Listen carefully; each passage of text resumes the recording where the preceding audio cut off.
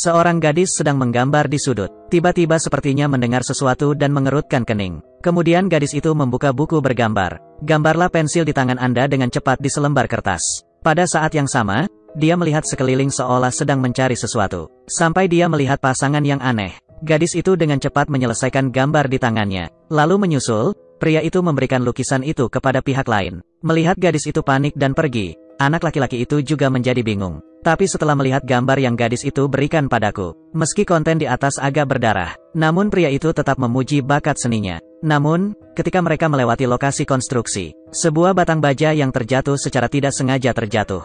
Ditusuk langsung ke dada pria itu. Namun yang lebih mengejutkan adalah, situasi di tempat kejadian jelas merupakan pemandangan dalam lukisan gadis itu. Dan kejadian aneh ini segera terjadi, menarik perhatian FBI. Sesuai keterangan sahabat almarhum, pria sebelum kecelakaan itu menerima sketsa ini beberapa menit yang lalu. Gadis itu memberi mereka lukisan itu. Tampaknya memiliki kemampuan untuk memprediksi masa depan. Mereka kemudian mengumpulkan semua video pengawasan di sekitar mereka. Dan dengan bantuan teman-temanmu, menemukan foto gadis itu. Menurut informasi dalam video pengawasan, mereka menilai gadis itu harus tinggal di dekatnya. Kemudian Anna melihat sekeliling. Semua warga telah disaring. Namun tampaknya penduduk ini tidak tahu gadis itu ada. Namun setelah meninggalkan salah satu rumah, Anna mengenali perilaku keluarga itu baru-baru ini. Ransel di lemari persis seperti di foto. Rupanya keluarga ini baru saja muncul. Sembunyikan keberadaan gadis itu. Tapi saat mereka hendak berbalik dan mengajukan surat perintah penggeledahan, tiba-tiba bertemu dengan seorang gadis di bawah yang sedang bersiap untuk pulang. Setelah mengungkapkan identitasnya padanya, Anna bertanya bagaimana keadaannya sebelum kecelakaan itu. Gambarlah sebelum itu terjadi. Sayangnya, gadis itu juga tidak mengetahui alasannya. Menjelaskan bahwa hanya dengan memiliki orang yang sekarat di sisimu, gambaran-gambaran ini akan muncul di pikiran. Namun tepat ketika Anna hendak bertanya lebih lanjut, tiga gadis tiba-tiba berjalan dari belakang. Hentikan pembicaraan mereka. Ternyata Anna bukanlah orang pertama yang menemukan putrinya. Ada pejabat bertahun-tahun yang lalu mendengar tentang seorang gadis dengan kekuatan super. Kemudian sebuah perusahaan bernama Julie selalu memperhatikan setiap gerak-geriknya. Selama mereka sedikit rileks, musuh akan membawa gadis itu ke laboratorium dan melakukan berbagai eksperimen. Anda bisa membayangkan hal semacam ini. Apa pengaruhnya terhadap dirinya? Jauhkan gadis-gadis dari orang-orang ini. Keluarganya bersembunyi di sana-sini. Setelah mendengarkan cerita pria itu, Anna juga mengingat kembali pengalaman masa kecilnya. Lalu menyerah bertanya pada gadis itu, tinggalkan kartu nama Anda. Katakan padanya dia bisa dihubungi jika dia butuh sesuatu. Namun keesokan harinya, gadis itu naik bus ke sekolah seperti biasa. Tiba-tiba dia mendengar suara aneh itu lagi. Kemudian gadis itu mengingatnya dalam benaknya. Gambar-gambar yang muncul dicatat di buku catatan. Kemudian mulailah mencari kemana-mana di dalam mobil. Setelah melihat seorang pria, gadis itu pun mengidentifikasi tokoh utama dalam lukisan itu. Tapi ketika dia selesai dan melihat ke belakang, pria itu turun dari stasiun dan pergi. Gadis itu melihat pemandangan ini dan menghentikan mobilnya, lalu kejar ke arah pria itu. Tapi sayang sekali, menghilang di lautan luas manusia. Saat ini sedang diinterogasi oleh Julie Group. Kemudian Anna menerima telepon dari gadis kecil itu. Sesuai dengan alamat yang diberikan oleh pihak lain, Anna pergi ke danau dan bertemu gadis itu. Kemudian dia membawa foto itu untuk digambar pada sore hari. Berikan Anna sketsanya. Ada banyak sekali mayat tergeletak di potret itu. Yang jelas, banyak orang yang datang meninggal dalam bencana yang penyebabnya tidak diketahui. Setelah membawanya kembali ke lab, gadis itu mengatakan itu pada mereka. Saya mengalami gejala ini ketika saya berumur 11 tahun. Saat itu, dia dan ibunya sedang berada di supermarket. Tiba-tiba terdengar suara mendengung. Melihat beberapa gambar dalam pikiran, awalnya dia mengira dia menderita tinnitus. Tapi tunggu saja sampai mereka keluar dari supermarket. Kasir di dalam meninggal karena serangan jantung.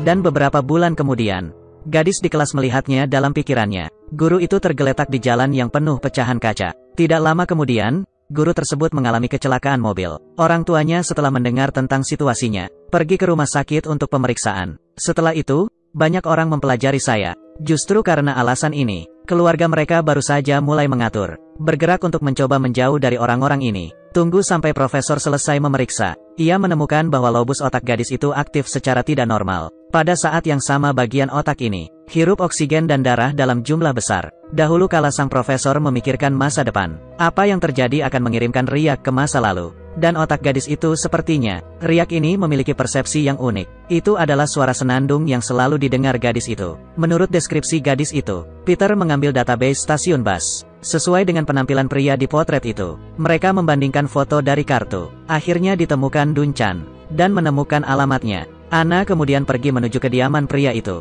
Tapi saat ini orang lain tidak ada di rumah. Sekaligus mengikuti saran Peter. Profesor bersiap untuk menghipnotis gadis itu. Coba ingatkan dia pada pemandangan di lukisan itu, untuk mengetahui di mana bencana itu terjadi. Saat alat di depan Anda mulai berkedip, di bawah bimbingan Profesor, gadis itu perlahan membuka matanya. Dan dia naik bas lagi. Kali ini gadis itu mengikuti. Langkah kaki Dunchan keluar dari bas. Tapi tunggu sampai dia turun. Gadis itu datang ke dunia dalam lukisannya. Segala sesuatu di sini tampak membeku. Banyak orang yang mencoba melarikan diri dari tempat kejadian. Asap akibat ledakan juga menutupi tempat itu. Di bawah bimbingan Profesor, gadis itu mulai bergerak. Carilah tanda-tanda yang mengidentifikasi tempat ini. Akhirnya melihat tanda di antara reruntuhan. Ketika gadis itu membaca kata-kata di atas, Peter segera menyadari bahwa inilah slogan yang ada di dalam pengadilan. Dia segera menghubungi nomor Ana. Beritahu pihak lain berita itu melalui telepon. Ana menggeledah rumah Dunchan dan juga menemukannya. Dunchan baru saja menceraikan istrinya. Saat proses mediasi di pengadilan, dia kehilangan hak asuh atas anak-anaknya. Ana menduga Dunchan mungkin tidak akan senang dengan hal ini. Di saat yang sama, gadis itu masih tenggelam dalam kondisi terhipnotis. Tiba-tiba menemukan mayat Dunchan di pojok, dan dia masih memegangnya di tangannya. Perangkat seperti radio. Petrus mendengar ini. Ditentukan itu adalah detonatornya. Dan Dunchan adalah dalang penyebab bencana ini. Di saat yang sama, Dunchan sukses lewati pemeriksaan keamanan dan datang ke pengadilan ini. FBI tiba tidak lama kemudian, menutup tempat kejadian. Video pengawasan diperoleh dari acara keamanan Dunchan. Mobil memasuki tempat parkir 20 menit yang lalu. Dengan pemandangan bencana yang digambarkan oleh gadis itu, Peter menduga Dunchan sedang meledakkan bom di tempat parkir bawah tanah. Kemudian mereka dibagi menjadi dua kelompok. Peter memimpin tim untuk mencari tempat parkir bawah tanah. Broy dan Ana mulailah mengevakuasi orang-orang di dalam gedung. Segera Peter dan yang lainnya menemukan bom yang sudah disiapkan di truk pickup. Lihatlah benda raksasa di depan Anda ini. Semua orang yang hadir ketakutan akibat ledakan bom.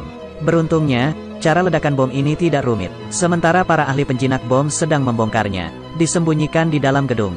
Dunchan akhirnya menemukan hakim. Melihat orang di seberangnya, sepertinya dia tidak lagi mengenalinya. Dunchan perlahan berjalan ke depan dan berbicara kepada hakim. Gara-gara kamu, aku kehilangan keluargaku. Jadi Dunchan juga mau membiarkan hakimnya rasakan kepedihan karena kehilangan orang yang dicintai. Kemudian tekan tombol tanpa ragu-ragu. Namun sayang sinyal pada bom tersebut dihilangkan terlebih dahulu. Detektif yang datang kemudian dengan cepat menaklukkan Dunchan. Namun saat ini terjadi.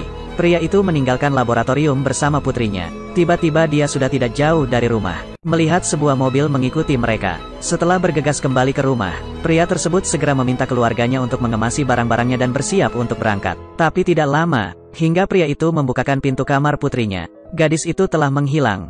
Mobil tak jauh dari situ juga menghilang. Rupanya putrinya diculik oleh pihak lain. Broy menerima kabar tersebut berdasarkan informasi yang diberikan pria tersebut. Mengatur agar seseorang menghentikan mobil berdasarkan nomor platnya. Tapi itu hanya truk pengiriman alat pembersih kering. Rupanya kecurigaan pria tersebut sebelumnya berdampak pada psikologis. Broy menduga gadis itu tidak diculik. Tiba-tiba Ana sepertinya memikirkan sesuatu. Lalu pergilah ke tempat yang kamu janjikan dengan gadis itu terakhir kali. Seperti yang dia duga. Gadis yang hilang itu sedang duduk di kursi. Tapi sekarang dia terlihat pucat. Matanya merah dan sepertinya dia kehilangan penglihatannya. Ditempatkan di sebelahnya adalah sebuah gambar telah disiapkan untuk Anda. Kemudian sang ayah pun lari ke sini saat menerima kabar tersebut. Ternyata gadis itu sudah mengetahuinya. Saya tidak punya banyak waktu lagi. Jadi dia selalu berharap. Bantulah orang-orang itu dengan cara Anda sendiri. Dan hari ini keinginan itu akhirnya terkabul. Pada akhirnya, gadis dalam pelukan ayahnya kehilangan nyawanya.